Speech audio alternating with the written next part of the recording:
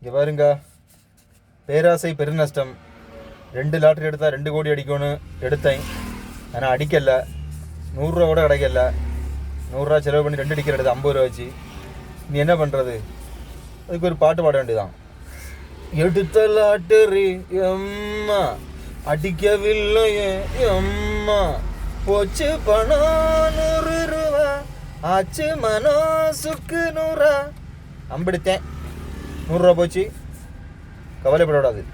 முயற்சி திருவினையாக்கும், முயற்சியின்மை இன்மை புகுத்து விடும். அதில் நமக்கு முயற்சியின்மை இன்மை புகுத்து வர எடுத்துகிட்டே இருக்கிறோம், பணத்தை நாசாக்கிட்டே இருக்கிறோம். ஏன்னா கிடைக்காது. எனக்கு இவ்வளோ நாள் மொத்தமாக அதிகபட்சமாக அடித்தது ஒரு 5000 ரூபா அடிச்சிருக்கு.